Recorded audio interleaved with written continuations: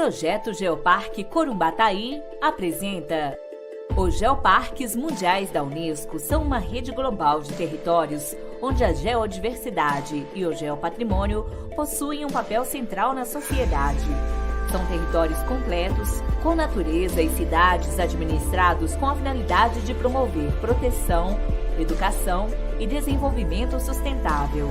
No interior de São Paulo, um grupo de apaixonados pela natureza está propondo a criação de um geoparque na bacia hidrográfica do rio Corumbataí, em 9 municípios.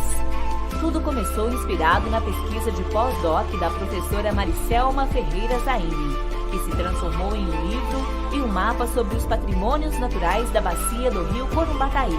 Para fortalecer a ideia, a equipe do projeto Geoparque Corumbataí iniciou uma série de reuniões comunitárias. A caravana Geoparque Corumbataí, que passou por 8 municípios da bacia. Com base nas conversas com a população e muita pesquisa, a equipe produziu um banco de dados com 170 pontos de interesse da geodiversidade e do geopatrimônio. São trechos de rios, afloramentos rochosos, sítios fossilíferos, mirantes, áreas de recarga de aquífero, museus ou qualquer outro lugar que apresente importância para as estratégias de geoconservação. Em 2021, a equipe do projeto está focada nas atividades de educação, conservação e valorização do geopatrimônio. Para isso, contamos com a participação de toda a sociedade, desde governos municipais, profissionais da educação, empreendedores, até as comunidades rurais. Conheça algumas das ações que desenvolvemos em 2016. Salvamento de sítios paleontológicos, cursos de formação em geociências, desenvolvimento de geossítios, produção de materiais didáticos como jogos educativos, vídeos e guias interpretativos, roteiros de estudo do meio, participação em eventos de divulgação. Para saber mais sobre o projeto Geoparque Corumbataí, acompanhe nosso site e nossas redes sociais. Projeto Geoparque Corumbataí. FEBRAGEL, a Federação dos Profissionais da Geologia.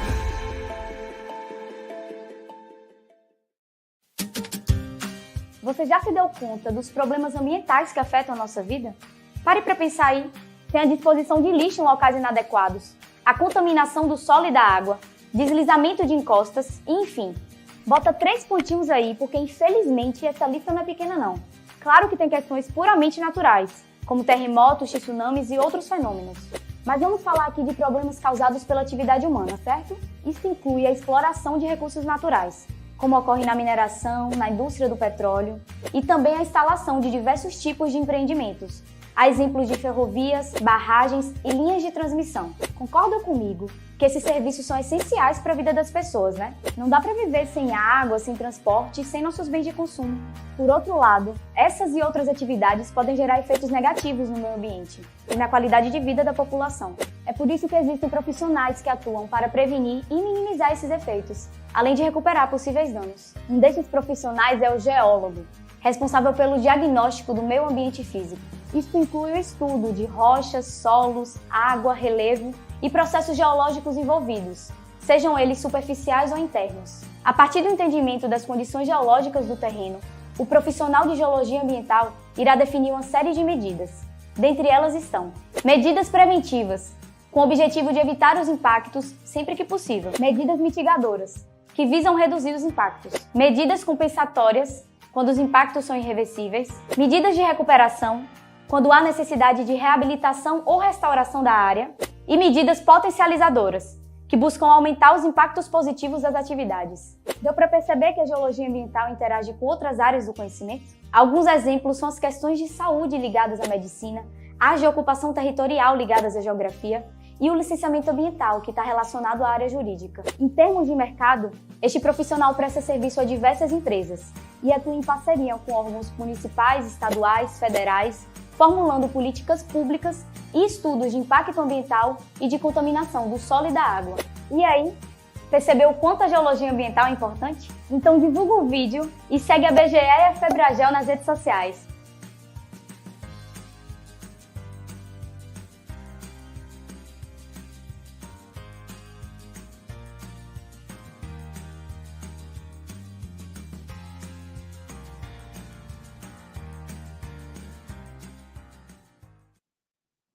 Boa noite a todas e a todos aí nos nossos canais da Febragel, no YouTube e no Facebook, e também no YouTube da BGE. Uma grande satisfação tê-los aqui conosco. Nesse encerramento do GeoDia, nós tivemos dezenas de atividades simultâneas, desde as 9 horas da manhã até agora. Agora é a última atividade do GeoDia, então convidamos a todos aí que estavam nas outras atividades das entidades que venham aqui assistir essa última palestra, essa última mesa redonda, com um assunto muito interessante, né, ligado ao geoparque, à geoconservação, ao turismo, né, ao geoturismo, que é o tema da nossa mesa, Turismo Aventura no Geoparque Corumbataí, escalada no Morro do Cuscuzeiro. Queria agradecer, então, a presença do nosso palestrante, Rodrigo Genja Quinaglias, tá? Desculpa se eu pronunciei errado aí, Rodrigo. Ele é engenheiro ambiental, escalador, e vai falar um pouquinho das atividades, né, de escalada e de montanhismo que ocorre aqui na região, né, do Geoparque, no território do Geoparque Corumbataí, principalmente no Morro do Cuscuzeiro, ali em Analândia. Também temos a grata presença do empresário Carlos Eduardo Munhoz, o Cadu. Ele é empresário da região, tem pousadas aí pousada na região, tem restaurantes na região, e é diretor da Associação Comercial de Analândia, que é um dos municípios que fazem parte aí dos municípios que compõem esse território denominado Geoparque Corumbataí, que está dentro da bacia hidrográfica do rio Corumbataí, e é um dos principais municípios aí na parte montante, onde estão as nascentes, onde tem várias cachoeiras e o próprio morro do Cuscuzeiro, né? E também agradecemos a presença novamente aqui, André, muito obrigado. André de Andrade Colha, ele é geólogo, coordenador do projeto Geoparque Corumbataí. Ele estava conosco na live anterior sobre o Parque Geológico de Assistência, deu uma palhinha aí sobre o Geoparque, e agora a gente vai complementar aqui com essa questão de várias atividades econômicas, né, e também de turismo dentro desse contexto, desse território. A proposta do GeoDia é exatamente essa, além de fazer a comemoração do nosso planeta, no Dia Internacional do Planeta Terra, que foi no dia 22 de abril, realizar essa divulgação da geodiversidade. A biodiversidade já é muito conhecida, já o conceito de biodiversidade já está muito bem fundamentado dentro da população, mas a geodiversidade ainda precisa ganhar um incentivo em termos de conhecimento pela população, né? E, claro, a geodiversidade e a biodiversidade que compõem todo esse nosso planeta, esses ecossistemas que nós temos dentro desse planeta Terra, e que nós temos, com certeza, de entender, conhecer, né, e saber utilizar isso de forma sustentável para que tenhamos a nossa casa sempre muito limpa, né, muito agradável, e que seja um ambiente efetivamente da nossa morada, do nosso lar. Então, a ideia do GeoDia é essa, mostrar esses conceitos de geodiversidade, de geoconservação, das áreas de atuação dos profissionais das geociências, né, com foco aqui na geologia, e lembrando que o mês que vem, mês de maio, é o mês que a gente comemora o Dia do Geógrafo e o Dia do Geólogo, né? Então, também temos essa sequência aí de atividades nesses próximos meses, essas próximas semanas. Mais uma vez, obrigado. Vou passar a palavra já para o Rodrigo para fazer a sua apresentação, né, sobre a escalada.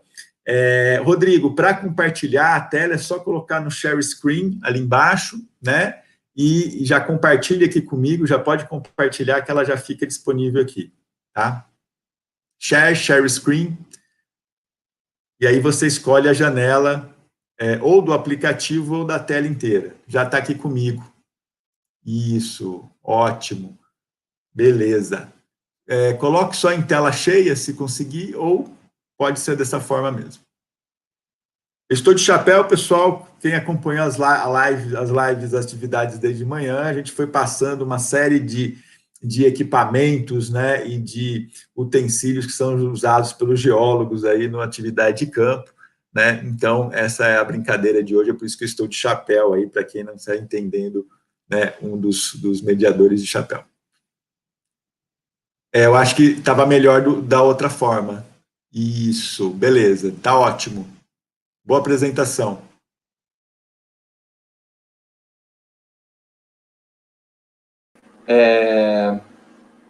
Bom, eu queria agradecer, fiquei surpreso com esse convite e muito honrado. Realmente fazer parte dessas atividades para mim foi, nossa, um grande privilégio. Fico muito grato a todos, especialmente o André que fez aí a ponte. E, bom, vamos lá, eu não vou vir aqui falar de escalada, para falar do Cuscuzeiro, e então eu não vou me demorar muito. Porque realmente o Cuscuzeiro é um tema que para mim tem uma grande relevância, tanto profissionalmente quanto com relação ao meu desenvolvimento pessoal. Então, 15 anos atrás, comecei a escalar aqui em São Carlos, estava na faculdade, estava naquela coisa meio que, não sei se é isso mesmo que eu tô afim. E já conhecia a escalada, mas não tinha muito contato, porque desde criança meu irmão ele escalava, então eu tive esse contato quando criança, mas eu nunca tive um aprofundamento. E aí foi através na faculdade, comecei a frequentar o Cuscuzeiro, me interessei pela escalada. Aqui na UFSCar eu conheci mais detalhadamente o que é o esporte da escalada, e no Cuscuzeiro foi onde eu aprendi a praticar essa atividade que hoje é a minha profissão, né? Então, apesar de eu ser engenheiro ambiental, hoje eu trabalho como guia de escalada, instrutor de curso de escalada. Basicamente, tenho a loja, né, a Quero Escalar, que também vende equipamento de escalada, mas foi no Cuscuzeiro que tudo começou a andar, que tudo começou a fazer sentido, né? Então, você não vai ser engenheiro ambiental? Mano, eu queria mesmo era escalar. E foi escalando no Cuscuzeiro que realmente a minha vida começou a fazer sentido, né? Então, fico muito fascinado com a questão de como foi formado, com a questão geológica. Eu tive aula de geologia na faculdade, mas para mim não foi suficiente. Então eu depois, quando eu já estava escalando, eu quis aprender, quis entender como tinha se formado. Então, para mim, quando me pediram para falar sobre o Cuscuzeiro, mano, com certeza tenho muita coisa para falar. Na verdade, foi difícil separar ali o que seria demasiado. Então eu separei alguns tópicos que acho que, para orientar, né, separei umas fotos aqui para orientar mais ou menos o que é o Cuscuzeiro para mim e para toda uma galera que é daqui de São Carlos e da região e que tem a escalada como um hobby, um estilo de vida, assim. E é um esporte que agora virou um esporte olímpico, né? Então nas Olimpíadas vai ter a escalada indoor, né, as 3 modalidades. Então a gente que é da escalada e que frequenta o Cuscuzeiro está super empolgado em ver isso acontecer e o esporte crescer, né?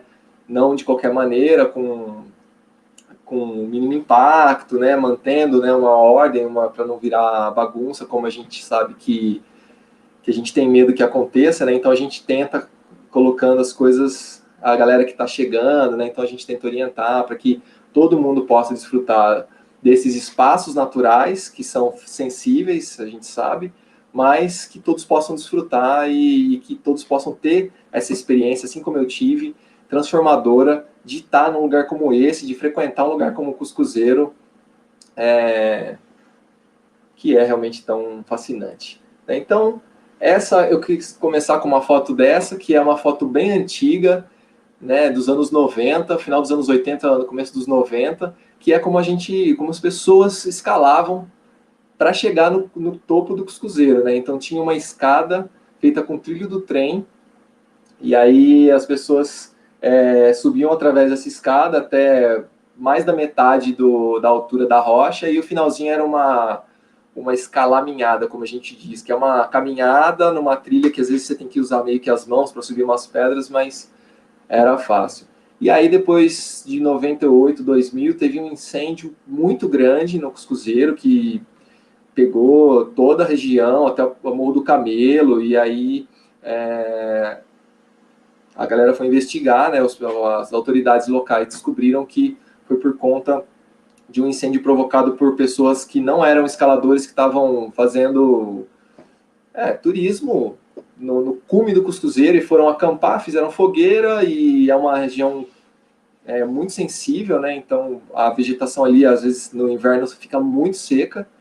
E aí uma pessoa que não tinha muita consciência acabou deixando isso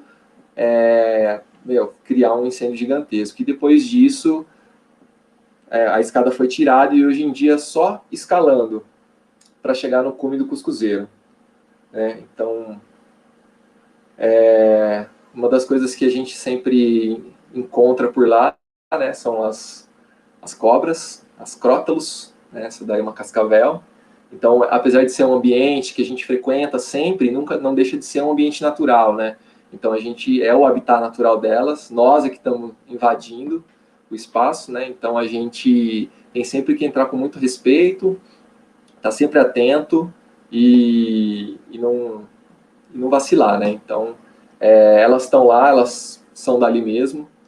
Então, eu acho que quando a gente fala em cuscuzeiro, a gente fala normalmente, pensa na rocha, pensa na escalada, mas tem todo um habitat ali dos animais que vivem ali, a gente tem sempre que respeitar, né?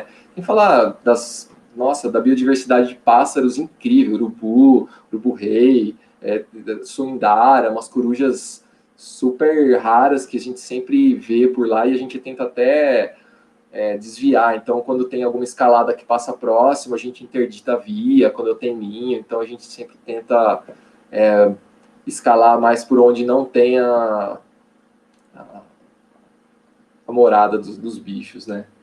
Mas alguns bichos estão sempre com a gente, né? Então tem esses calanguinhos aí que direto eles estão ali, então eles estão em todos os lugares, eles fazem parte do entorno ali, então qualquer escalada ele vai ter um calanguinho do seu lado para te humilhar e para falar que você, por mais dificuldade que tenha, ele ali consegue subir muito mais fácil que você. E essa foto é uma foto que mostra uma das coisas que a gente mais gosta lá no Cuscuzeiro, que é a rocha, né? Então, a textura da rocha no Cuscuzeiro é uma coisa impressionante. Então, pra gente que é da escalada, realmente é uma coisa ímpar. Então, a gente vai em outros lugares, viaja, vai escalar nos lugares do Brasil inteiro, mas quando a gente volta para o Cuscuzeiro, a gente volta porque essa textura é muito especial, é uma textura muito boa para escalada. Então, o Cuscuzeiro realmente... As falésias de arenito da nossa região, elas são muito privilegiadas com relação à textura da rocha, mas o Cuscuzeiro é especial. E aí, é uma foto que eu fiquei chocado quando eu vi essa foto, porque a gente já mudou, né, a nossa cabeça, e hoje em dia a gente olha um monte de gente aglomerada e a gente já se sente mal, né? E no Cuscuzeiro, ele sempre foi, principalmente nessa parte aí da face norte, um agregador, né, um aglomerador. Então, pra gente, na fase pré-pandemia, quando tinha bastante gente, era positivo. Quando tinha muito escalador, né? Porque a gente começa a compartilhar experiência, a gente começa a ajudar um ao outro e isso sempre foi um dos motores, né? Um dos combustíveis mais fortes para a movimentação da escalada em si, em qualquer lugar, né? E hoje em dia a gente está tendo que, quando a gente consegue, né? Porque estava fechado o Cuscuzeiro até ontem, né? Hoje que abriu.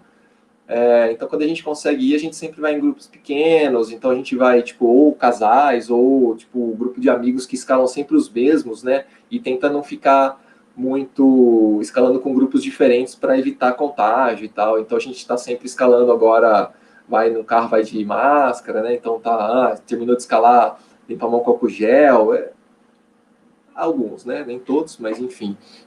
A gente está tendo algumas precauções que antes não tinha. E essa foto agora, para mim, foi chocante, mas para me lembrar de como o Cuscuzeiro era um elemento, né, um local de agregação, né? Então, tipo, sempre tinha, final da tarde, todo mundo escalava em vários lugares do Cuscuzeiro, né? O Cuscuzeiro é grande, mas todo mundo passava por aí no final para escalar, e essa foto me trouxe bastante nostalgia, né? De como esse lugar, essa rocha, esse morro, une as pessoas, então todo mundo chegava aí no final e sempre fazia uma última escalada antes de ir embora, ou então esse é um dos lugares que também dava para se abrigar quando chove.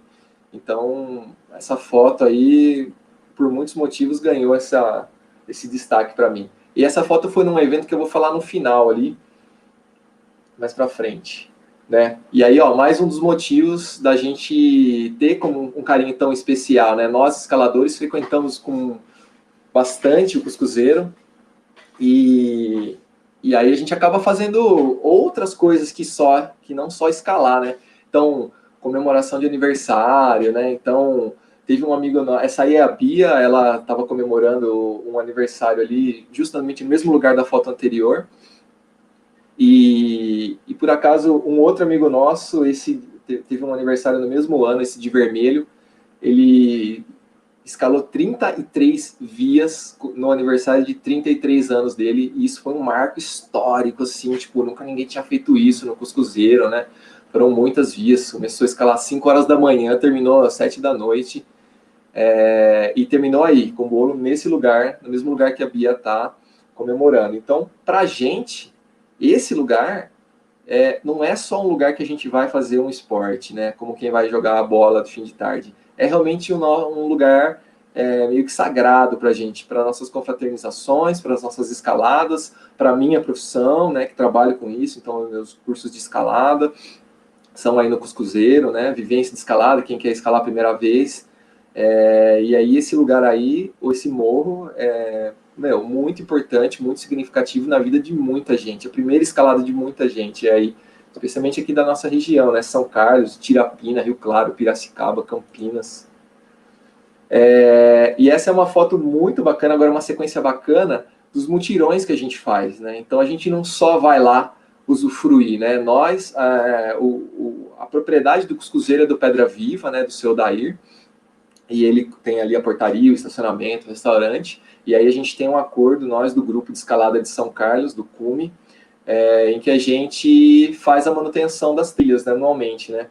Infelizmente, às vezes o gado do vizinho pula cerca e sobe a trilha e às vezes dá uma estragada muito pior do que, mano, um ano inteiro de turismo ali não destrói a trilha como o gado um final de semana, uma semana, duas vacas soltas ali na trilha. Então a gente tem sempre que estar fazendo essa manutenção e, mano, às vezes nem tem como. A vaca ou um boi pulou a cerca mó alta, assim.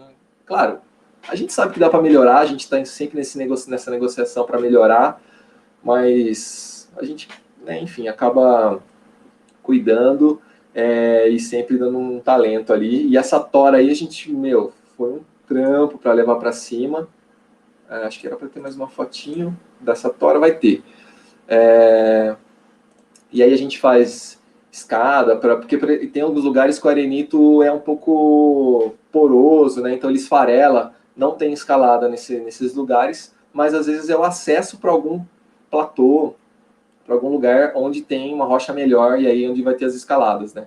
Então a gente acaba fazendo escada para evitar, né, o desgaste do arenito ali.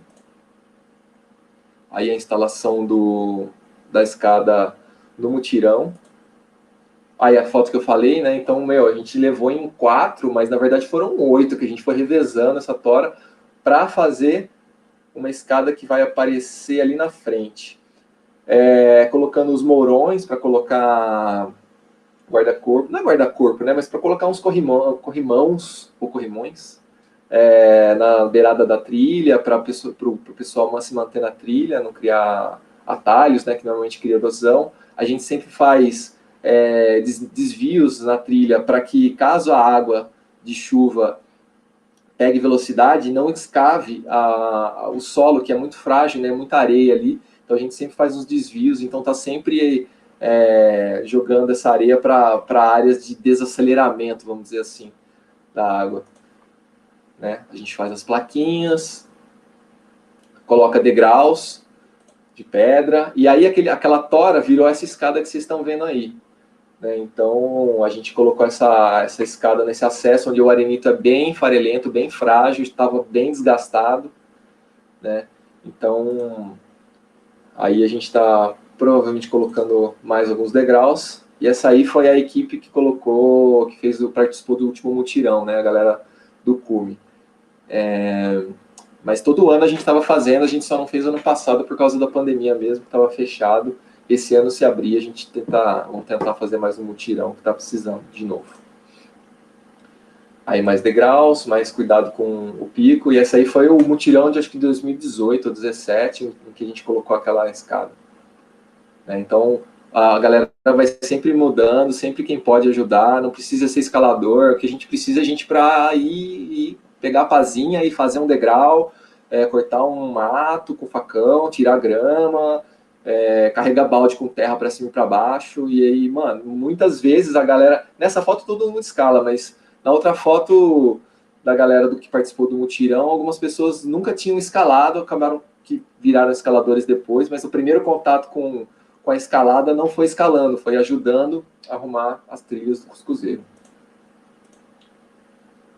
Aí mais umas fotos. E aí esse é um dos fatores, essa foto eu acho incrível, porque tem um dos fatores do Cuscuzeiro que é diferenciado de todas as outras falésias de escalada da região, que é a questão da altura, né? Então a gente olha essa foto, parece que a pessoa está a 300 metros de altura, quando na verdade ela escalou 15 metros para chegar até aí, ela tá, apesar de ela estar alta de fato, mas a impressão que tá, né, ela deve estar a uns 40 metros, 30, 40 metros no máximo, mas a impressão que dá, com o camelo ali no fundo, né, aquele morro no fundo é o Morro do Camelo, parece que ela tá muito mais alta, tá 400 metros de altura, né. E aí para a galera que está acostumada ou com academia ou só com as falésias na região, então inclusive uma pergunta que eu queria fazer para os especialistas com relação a esse termo de falésia, mas é que as falésias você está no chão e você começa a escalar um pouco, escalou 20 metros, volta para o chão, né, que é a escalada esportiva, a modalidade que a gente mais pratica aqui na região. Beleza, no Cuscuzeiro você vai fazer isso, escalar, sai do chão, escala 20 metros, quando você olha para trás, você está a 200 metros de altura. E aí dá um pega psicológico, assim. Então, para preparar os escaladores para escaladas mais longas, montanhas mais altas, o Cuscuzeiro já tem o seu charme aí. Então, agrega um elemento psicológico que os outros lugares não têm. E isso também é muito legal, que não é só questão física, né? Então, a questão psicológica. E é isso, ó, essa aí é a Bia, está escalando também um 8º grau, distúrbios do forró. Ela está a uns 15 metros do chão, mas a sensação que passa é que ela está muito, muito alta, né? Então ela parece que ela está escalando uma torre gigante. E é muito gostoso essa sensação, e as fotos ficam incríveis, né?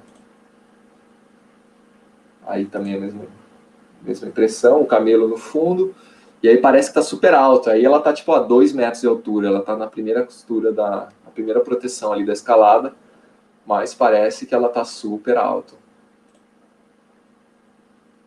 Aí o Fernando Coberli, também um escalador antigo aqui de São Carlos, escalando uma via clássica, que é a Denorex, uma via muito famosa.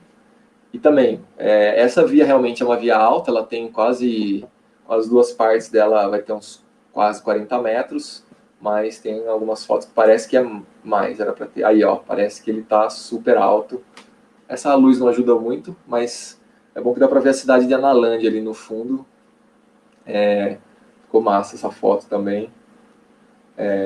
Dá uma sensação de altura bem bacana, que é o que a gente normalmente busca no Cuscuzeiro, além da dificuldade. Aí mais uma da Bia, essas eram tá repetidas. Essa é a Marisa, ela está escalando também a Let's Go. E aí, de fato, a gente é um lugar que a gente, tipo, essa é uma das vias que eu coloquei para mostrar que a gente treina para escaladas maiores, porque a gente tem que escalar várias vezes para chegar no cume. Aí para o público leigo, às vezes fica complicado esses termos da escalada, mas é que, digamos que o comprimento da escalada é maior do que o comprimento da corda. Então a gente tem que quebrar essa escalada em várias partes, né? Então, em falésias menores, até uns 20, 30 metros, não tem como fazer isso, não precisa fazer isso. E no Cuscuzeiro a gente precisa ficar lá em cima, fazer a segurança lá de cima, aí a pessoa que está no chão escala até na metade do paredão, e aí dá para ver o pessoal lá embaixo, e aí depois a gente continua escalando até o cume. E aí agora acho que é uma série de fotos da mulherada, porque teve um evento que eu acho era para ser a próxima foto, talvez, da Minas no Cusco, que foi um evento que teve em 2018, em que as meninas organizaram. Deixa eu ver se tem a foto delas aqui.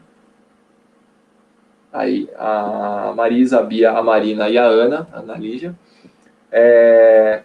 E aí foi um evento só para mulheres, né? A Minas no Cusco. E foi um evento bem bacana. É um evento que eu falei que era daquela foto do começo, com a galera aglomerada. E foi um evento muito legal. Não era só para mulheres, mas era um evento com essa finalidade de agregar as mulheres da escalada na região, que estão escalando forte, estão vindo com tudo agora. E é isso, né? Aí a foto da Dani escalando um 8º também, a mulherada aqui no Cuscuzeiro escalando forte pra caramba. Aí a Isa escalando a Sunday no evento também. Aí lá no fundo tem uma pessoa na Denorex, por acaso é o André Beck, que é o professor aqui da USP. E aí o Minas no Cusco é uma parcela da galera, né? Então a gente, para não aglomerar muito, mesmo antes da pandemia, a gente separou para questões de mínimo impacto, né? Não ficar tanta gente. Então metade das pessoas ficaram aí na frente, no mesmo lugar que vocês viram aquele comecinho, onde tem a foto da Bia soprando as velas, e a outra parte da galera foi do outro lado. E essa aí o pessoal que ficou na frente aí na organização do evento, e logo depois teve o sorteio. E aí agora é um momento casais, né? Então é o Gui e a Bia. Aí tem... não era momento casal, era momento emoções, grandes emoções, né? Porque no Cuscuzeiro, às vezes, a gente, por conta do psicológico, da altura e tal, às vezes eu coloquei essa foto porque realmente o psicológico pega bastante. Essa foto era para ter colocado... Tá fora de ordem ela ter colocado lá junto com naquela hora que eu tava falando que fica alto, né, da impressão de altura, né? Então muitos escaladores, às vezes a gente não tem a questão física da dificuldade que eu não consigo fazer o movimento porque a garra é muito pequena. Às vezes você treinou, você tá forte, você tá fazendo barra com o braço só, mas a questão da altura no Cuscuzeiro às vezes dá uma pegada assim. Né? E aí sim, agora a questão dos casais, né? Gui e a Bia. Então o Cuscuzeiro é um lugar que é muito representativo para muitos casais, né? Aí eu e a Marisa, minha companheira, também, aí escalamos sempre juntos no Cuscuzeiro, e eu costumo dizer que o Cuscuzeiro une os casais, assim, os casais que escalam juntos aí, o Cuscuzeiro para muitos deles tem um significado especial. E é isso, as fotos que eu tinha separado eram essas, também não vou me estender muito, mas eu poderia ficar aqui até amanhã falando de detalhes de cada garra, de cada via do Cuscuzeiro, mas vou parar por aqui, porque acho que tem muita coisa ainda para falar.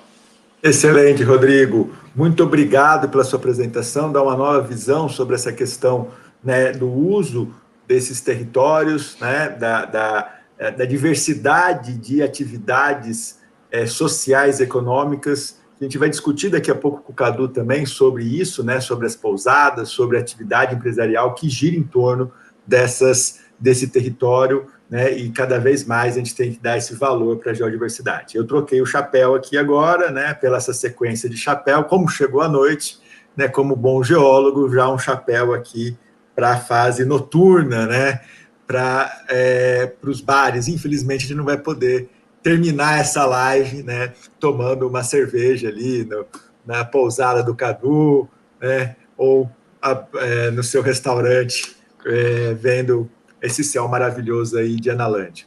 Mas antes disso, Cadu, vou passar para o André e depois eu faço com você, né, a parte empresarial. Pode ser, Cadu? Combinado, não vai faltar oportunidade para tomar uma lá na pousada. Com certeza, né? Vamos logo, todo mundo tomando vacina aí e vamos aí nos divertir. Vai, André, faz a você pode projetar aqui, você quer apresentar algumas sessões, né? para explicar um pouquinho sobre o cuscuzeiro.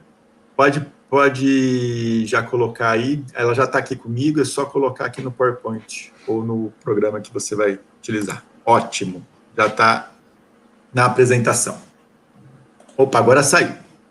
É que eu tinha que ligar o microfone e tinha esquecido. Bom, boa noite a todo mundo, todos e a todas. Obrigado pela participação. Boa noite ao Cadu, ao Genja. Eu gostei muito da seleção de fotos que o Genja fez. Aquela foto dos trilhos no cuscuzeiro é uma coisa que eu sempre ouvia o pessoal contando, que era assim, e eu contava para as outras pessoas que era assim, mas eu nunca tinha visto, e foi a primeira vez que eu vi, achei muito interessante. Realmente, igual a gente já falou, esse ambiente da escalada é muito bacana. Eu escalei pela primeira vez em 2009, justamente quando eu entrei no curso de Geologia, e aí um colega meu, o Guilherme, apelido Cabrito, ele já era escalador, né? Ele morava em Minas Gerais, uma região montanhosa, era escalador, e aí morando na República com ele arrebanhou todo mundo e levou a gente para conhecer a escalada. E um dos lugares que a gente foi justamente o Cuscuzeiro, por ser aqui próximo da região de Rio Claro, e por ser também um lugar com vias que a gente consegue escalar sem ter tanta experiência assim. E foi muito bacana, porque, não sei se o Jay já pode até mostrar depois, ele é autor do Guia de Escalada do Cuscuzeiro. Então, o Cuscuzeiro é aquele morro que tem várias faces e tem várias formas de você subir ele, que são as chamadas vias. E quando a gente chega no Cuscuzeiro, como a gente sabe em qual via a gente vai escalar? Então, por isso que tem o Guia de Escalada, que é onde estão discriminadas quais são as rotas que você pode usar para subir e o nível de dificuldade delas. E o Gente é justamente o autor desse Guia de Escalada do Cuscuzeiro, que é um guia incrível, né, no formato de livrinho, colorido, super bem ilustrado. E eu fiquei muito impressionado que logo que eu abri ele, no comecinho já tinha, assim, explicando sobre a geologia, como é que se formou, né, que tipo de rocha que é. E foi uma coisa que eu achei bem legal. Então, desde o começo, que eu comecei a escalar, desde o começo do curso de Geologia, o Genja já é essa referência para mim aqui na escalada da região. E quando eu fiz o convite para ele participar da live, ele falou, muito legal, né, tem muita coisa para falar, para participar, mas eu também tenho várias dúvidas sobre a geologia e sobre essa questão da interação com a escalada. Então, ele passou essas dúvidas e eu trouxe aqui alguns esquemas para tentar mostrar mais ou menos como é que se formou esse Morro do Cuscuzeiro. Então, essa primeira imagem aqui é uma imagem aqui da nossa região, é uma imagem que a gente chama de seção geológica. O que é uma seção geológica?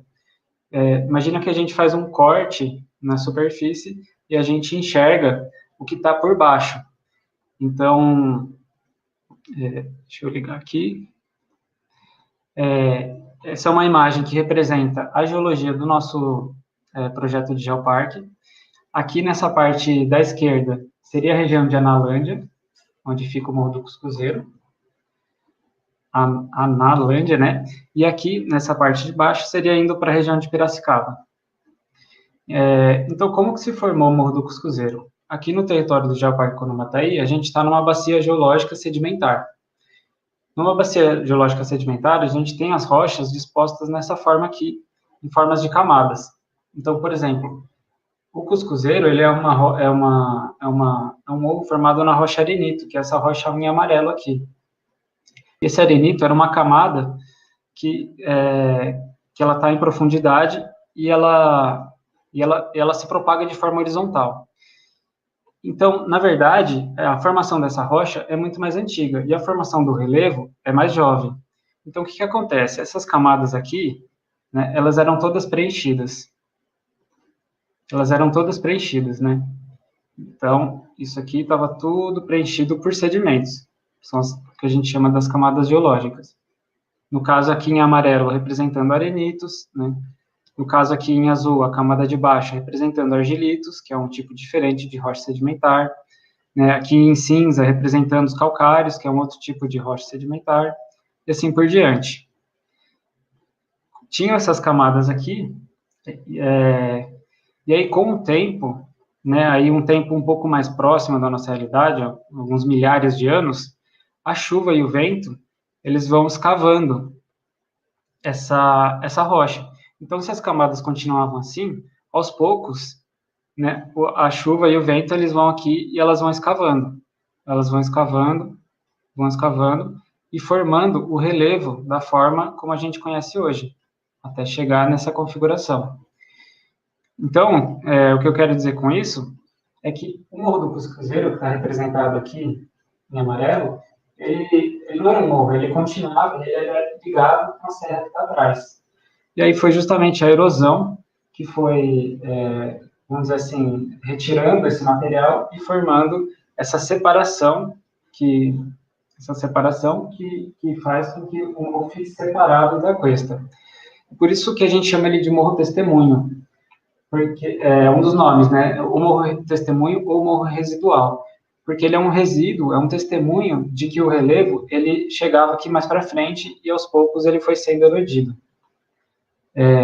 Isso quer dizer que a cuesta que a gente chama, que seria essa parte de declive aqui, ela está recuando, ela vai sendo erodido e vai recuando com o tempo. A tendência é que ela recue cada vez mais e num processo dinâmico, e aí é difícil estimar tempo, mas a gente pode falar alguma coisa de milhares a milhões de anos, a tendência é que o próprio Morro do Cuscuzeiro também seja erodido um dia, né? A gente provavelmente não vai estar aqui para ver, nem nossos filhos, nem nossos netos, talvez o ser humano não esteja aqui para ver isso, porque pode demorar muito, mas a tendência é que o próprio Morro do Cuscuzeiro um dia também seja erodido.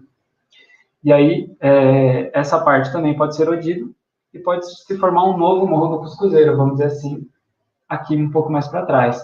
Então, essa é uma dinâmica da bacia sedimentar, que é uma história geológica de milhões de anos, mas que hoje ela continua atuando dessa forma dinâmica a partir da geomorfologia.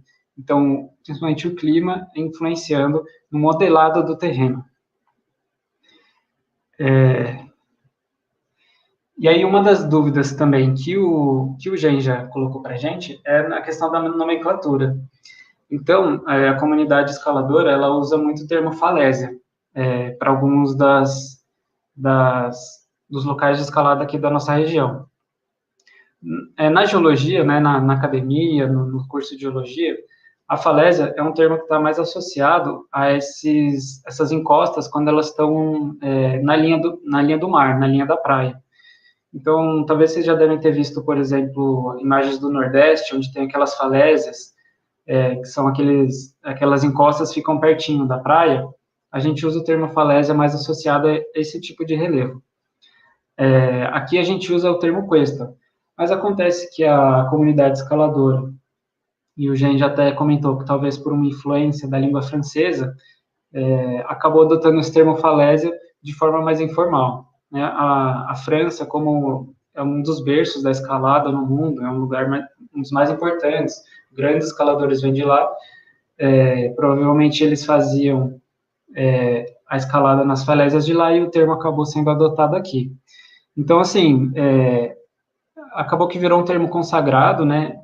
Seria difícil mudar isso entre a comunidade de escaladores, mas aqui na comunidade científica a gente costuma usar mais o termo cuesta para se referir a essas falésias. E uma outra dúvida do Jean já foi a seguinte, né? Por que em alguns lugares a rocha ela é dura e a gente consegue segurar nela com firmeza para escalar, em alguns outros lugares ela é friável, que ele chamou de esfarelenta, né?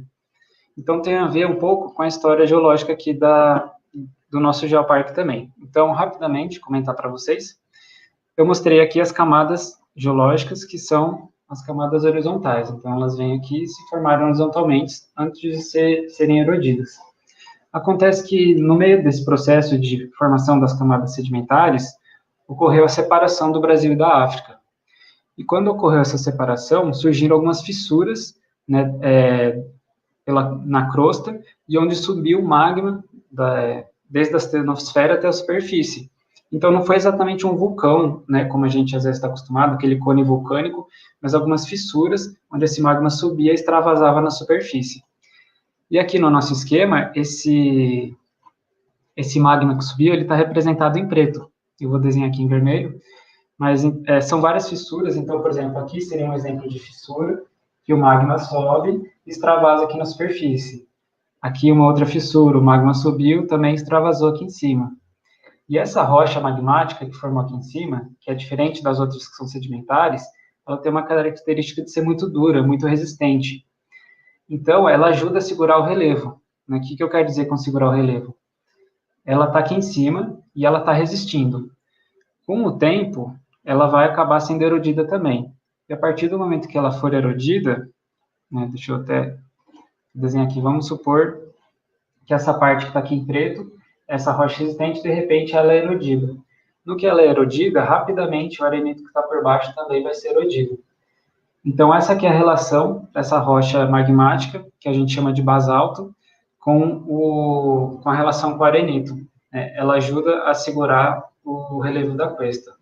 E também, como foi um evento magmático de calor muito intenso, e esse magma estava cheio de fluidos e gases, esses gases acabaram entrando nos poros do arenito e silicificando ele, que é o que a gente chama, que é o que torna ele mais duro. Então, o arenito, vocês imaginem assim, um pote cheio de bolinhas de gude, as bolinhas de gude representando os grãos de areia. Entre as bolinhas de gude fica um espaço vazio, que esse mesmo espaço vazio também acontece entre os grãos de areia do arenito. E no caso desses derrames de magma, os fluidos e os gases desse magma, eles entravam no meio desses poros do arenito e eles cristalizavam, gerando uma rocha muito dura, muito silicificada. Então, como a história geológica, toda essa evolução, desde a formação das camadas sedimentares até essas fissuras por onde subiu o magma, contribuíram para que a gente tenha esse relevo hoje e para que a gente consiga ter atividade escalada nessa rocha mais resistente. E também, só como uma curiosidade, em alguns pontos esses poros do arenito foram preenchidos por esses fluidos do magma.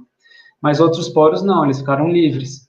E esses poros que ficaram livres, hoje em dia, eles seguram muita água. Então, essa rocha que vocês estão vendo em amarelo, que é a formação Botucatu e a formação Queromboia, elas constituem um reservatório do sistema aquífero Guarani, que é um sistema aquífero enorme aqui no estado de São Paulo, pega inclusive alguns outros países da América do Sul. Então, vocês imaginem que nos poros desses arenitos aqui, ele fica em alguns locais preenchidos com água, que é essa água que abastece o nosso aquífero. E como a região de abastecimento aqui na nossa região, toda a água que infiltra no solo aqui acaba abastecendo esse aquífero. Então, um outro alerta que a gente faz é a importância da gente proteger essas áreas, não deixar essas águas serem contaminadas para que o aquífero não seja reabastecido com água contaminada. Eu não sei se eu respondi as dúvidas do Geija, eu acho que já falei bastante, mas qualquer coisa a gente conversa de alguma outra dúvida mais para frente.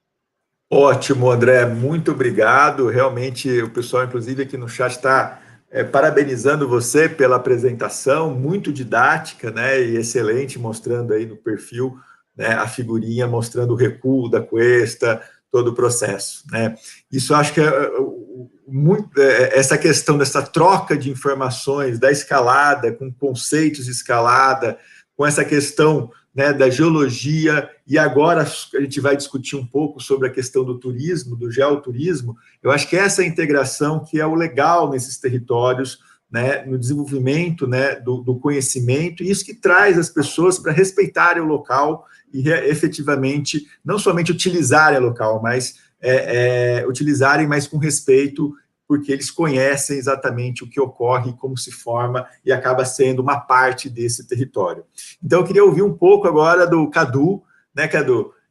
O Cadu, que como eu falei, ele é dono de uma pousada, ele é diretor da associação comercial, e eu gostaria de ouvir um pouco de você sobre essa relação que vocês têm, com o turismo, com o geoturismo, e essa questão da paisagem, da geodiversidade, também com a biodiversidade.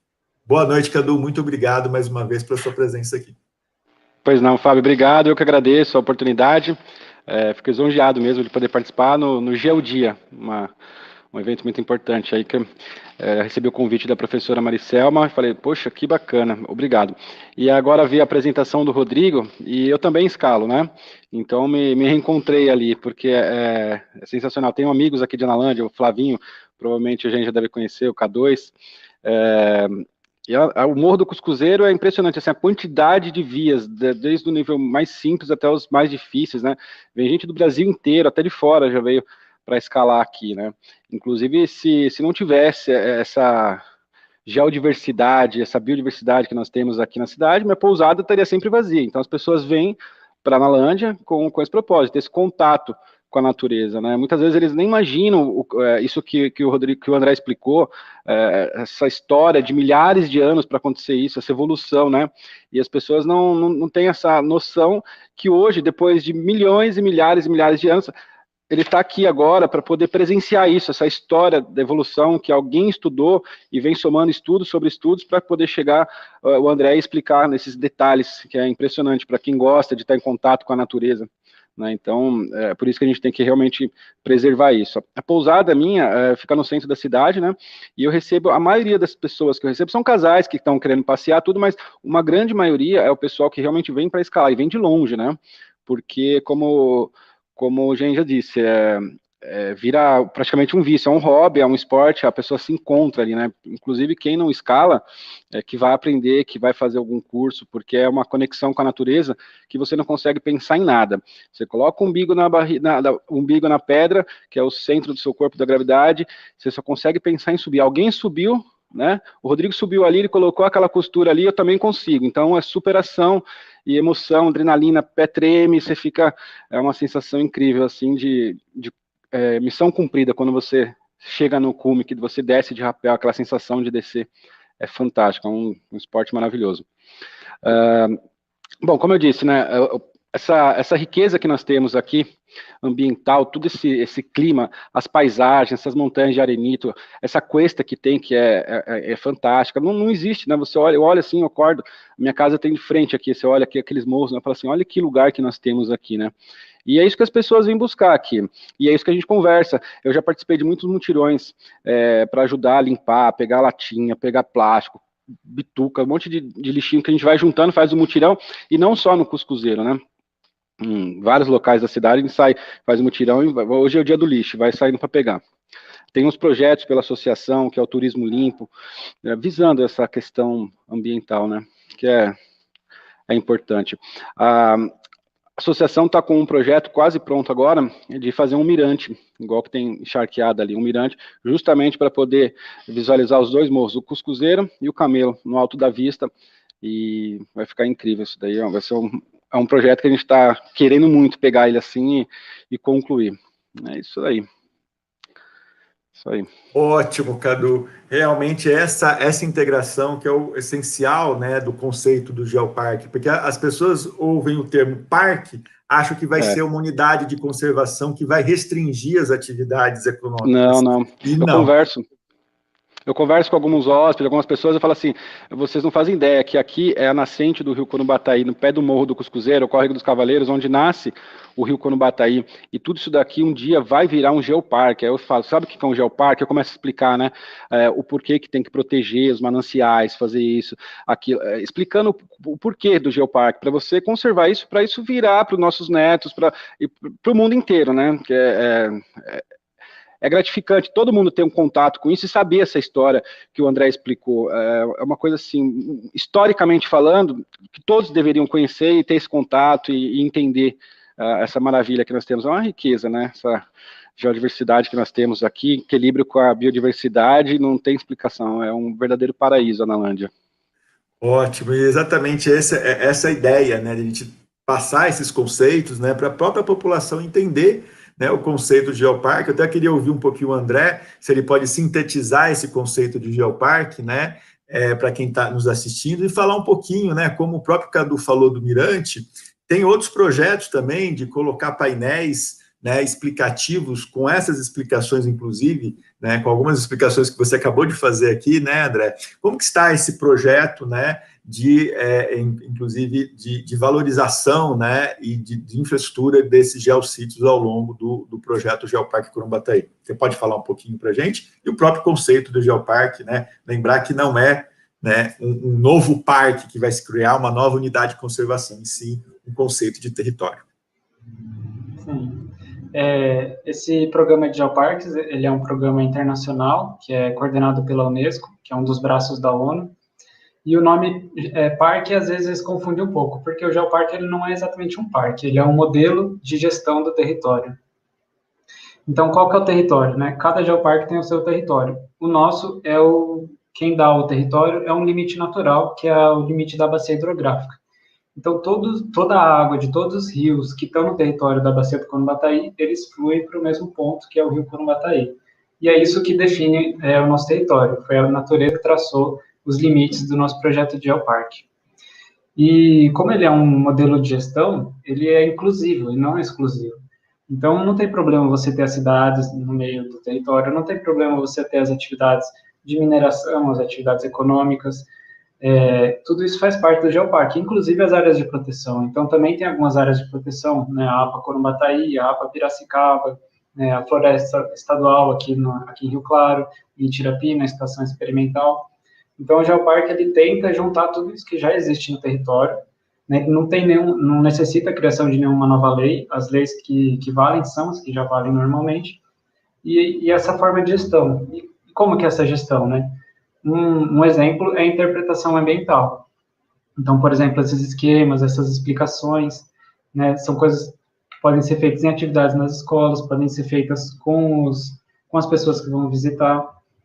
Então, por exemplo, um projeto que a gente tem muito carinho, a gente quer fazer acontecer, é um curso de formação de condutores, que é pegar todas essas explicações e fazer com a comunidade local, com as pessoas que têm interesse em virarem monitores e guias ambientais. E aí a própria comunidade, né, de posse dessas informações, dessas histórias, vai disseminar isso para quem estiver visitando.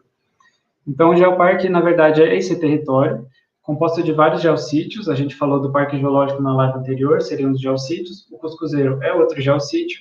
O Mirante, que o Cadu comentou, é outro geossítio que vai ser feito. A Analândia tem vários, né? Tem o Morro do Camelo, que fica perto. Tem o Salto Major Levi, na entrada da cidade.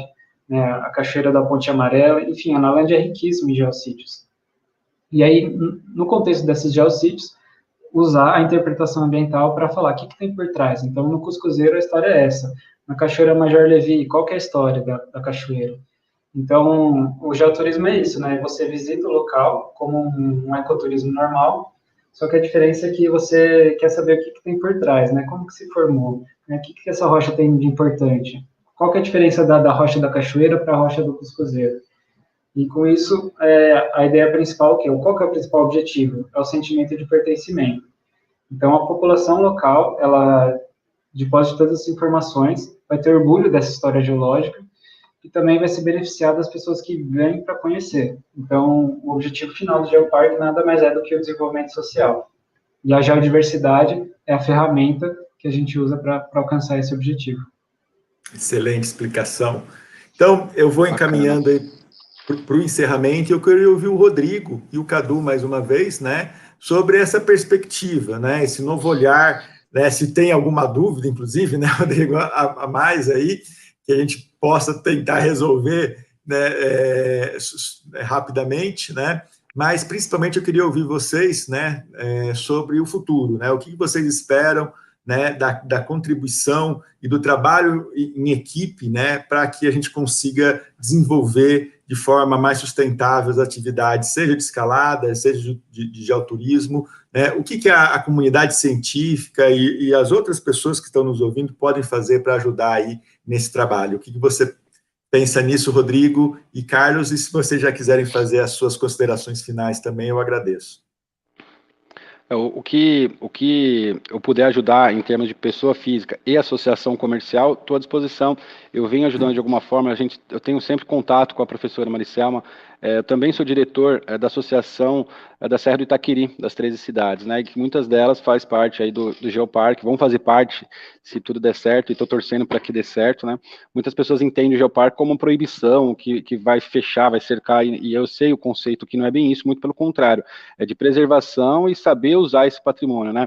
Eu fico até imaginando, assim, uma viagem de um vídeo na linha do tempo, há milhões de anos, com a linha do tempo passando em cima assim, né, 2 milhões de anos atrás, e acontecendo isso tudo que o André explicou, na linha do tempo, e mostrando a formação, era água, separou, a África foi para lá, ficou aqui, transformou, sabe?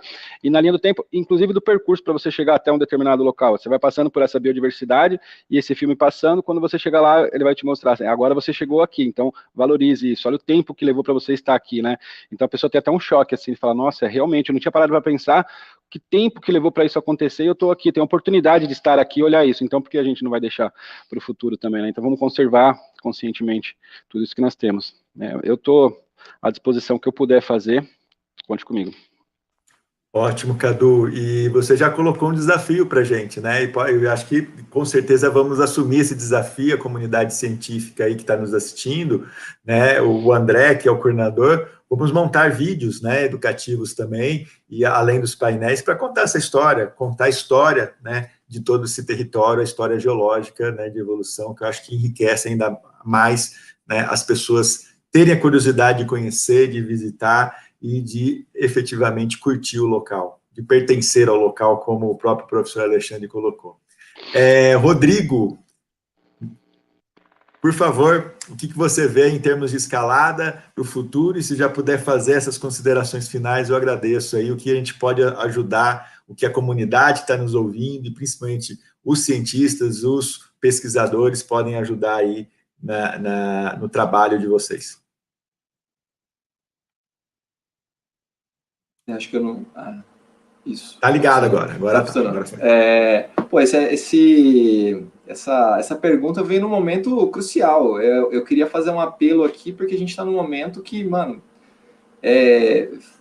veio do céu, e isso veio, sei lá, das energias do universo conspirando a favor, porque realmente o que a gente tem aqui na nossa região é um ativo inestimável, que é pedra. Né? Então essas escarpas, essas cuestas, também conhecido como falésia, né? Não só o cuscuzeiro, mas apesar de a gente saber que tem outras formações muito próximas ao cuscuzeiro, mas também tem muita falésia, né? Muita escarpa, muita cuesta. E para o futuro, cara, dá para bombar o turismo aqui na região de uma maneira sustentável. A gente sabe que o escalador é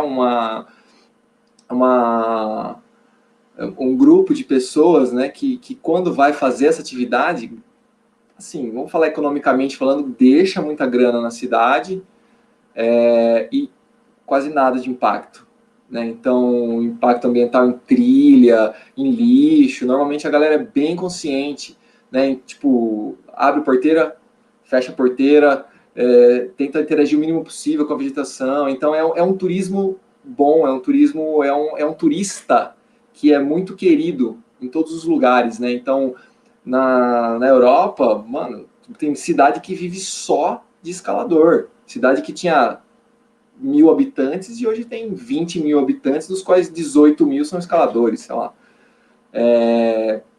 E a nossa região, a cidade de Nalândia, é muito privilegiada. A gente está sempre correndo atrás de lugar novo para escalar, para abrir via, né? Para desenvolver novas falésias.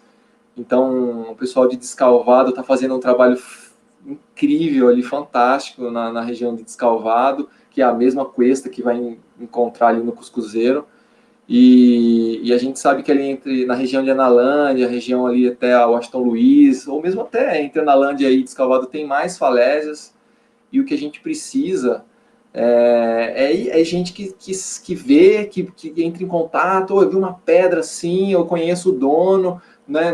A maioria dos lugares a gente vê, o dono não deixa entrar, ou propriedade privada, ou tipo plantação de cana, e aí não tem um dono certo, então não tem como a gente acessar, é muita burocracia. Então, quanto mais gente sabendo que tem a escalada, que é um esporte sustentável, que agrega valor para a cidade, traz grana para a cidade, traz emprego, né? A galera vai, enche o tanque no posto de gasolina, já come uma coxinha, já come no restaurante, já se hospeda na pousada.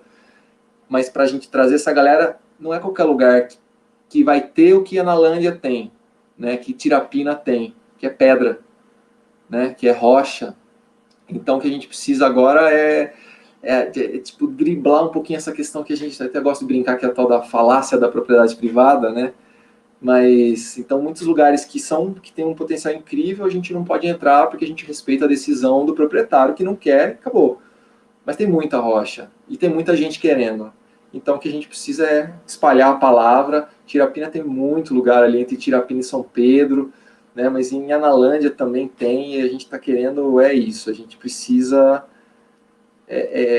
ampliar o número de olhos buscando, porque assim, para desenvolver o lugar, escaladores na região a gente tem vários, muito capacitados, o pessoal de Descalvado é muito competente, o pessoal de Tirapina, faz um trabalho incrível, o pessoal de São Carlos, né, eu incluo nessa galera, a gente cuida bastante do cuscuzeiro, mas a gente também interage muito bem com os escaladores dos outros lugares, e pessoal para fazer acontecer essa parte técnica da escalada a gente tem, né? Mas o que às vezes falta um pouco é essa questão de alguém local que vai desembaraçar essa questão de uma falésia, uma parede, alguém que sabe, fala com a gente começa a desenvolver. E aí todo mundo ganha, né?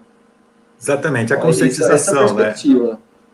Exatamente, essa conscientização, né, de fazer um trabalho integrado, né, e a ideia do Geoparque é exatamente essa. Cadu, você quer falar alguma coisa? Você quer? Não?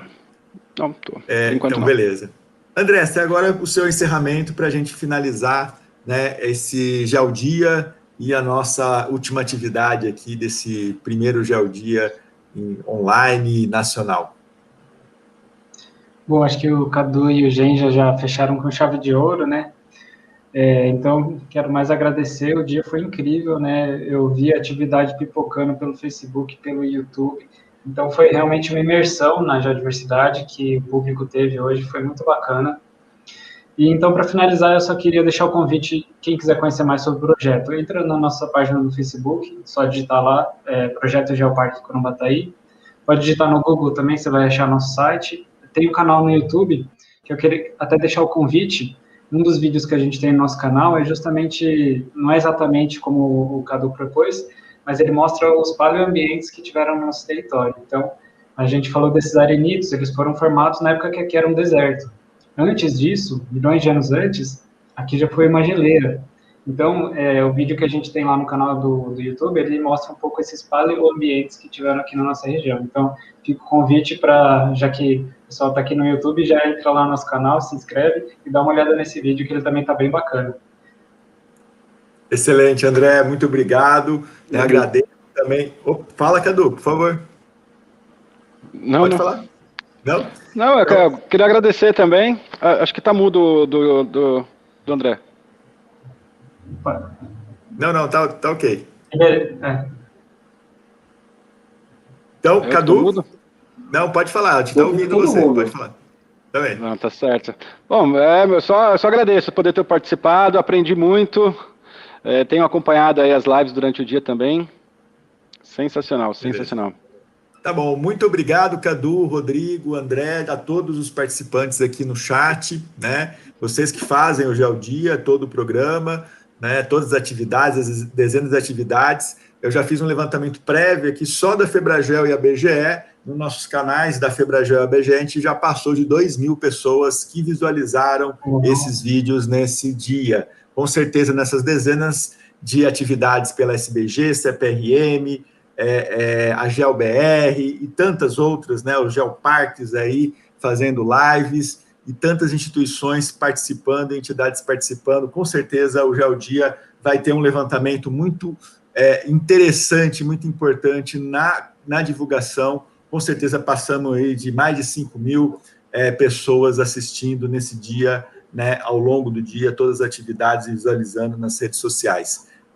Eu vou terminar aqui a live, né, de hoje com o vídeo do Parque Geológico, de Assistência, que foi a live anterior, que é um dos projetos, né, que a Rio Claro, né, a comunidade de Rio Claro, os empresários, a prefeitura e as universidades, a Unicep e a Unesp, têm projetado aqui para o município, né, o Parque Geológico de Assistência, esse vídeo. Então, agradeço mais uma vez a todos e a todas que participaram.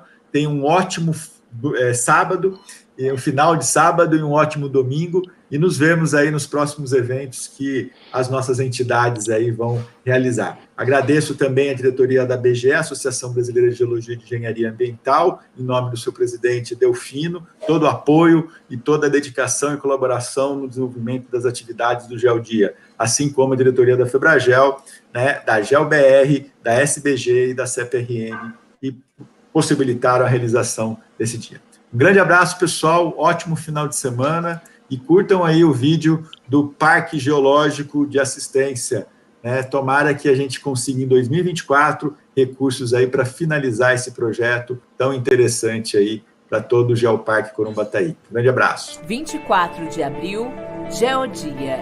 Parque Geológico Municipal de Assistência Rio Claro, São Paulo.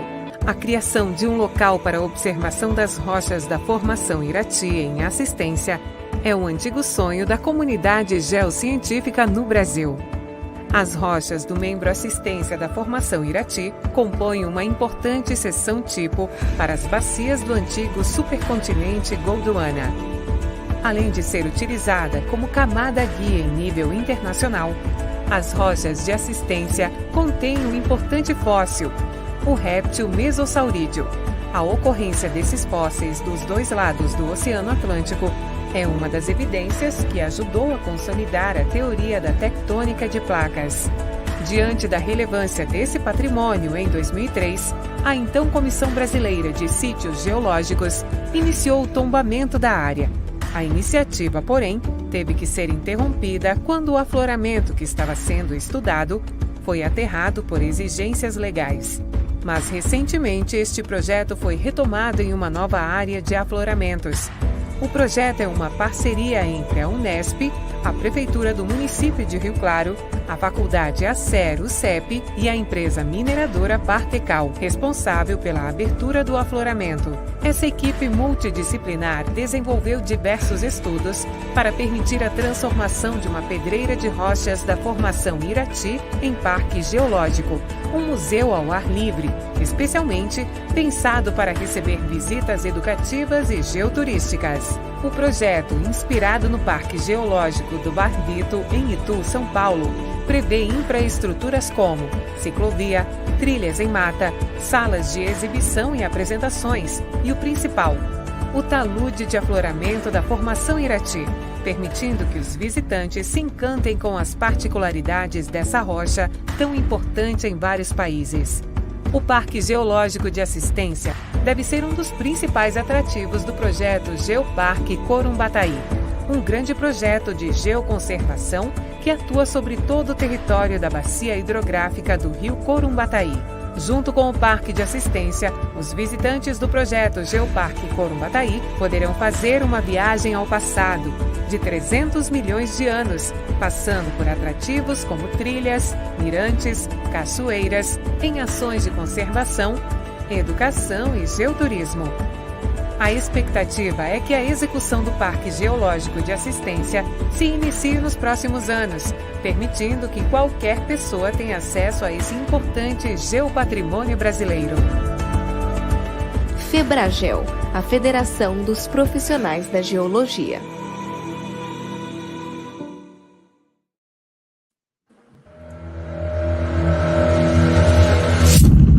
FEBRAGEL, Federação Brasileira de Geólogos.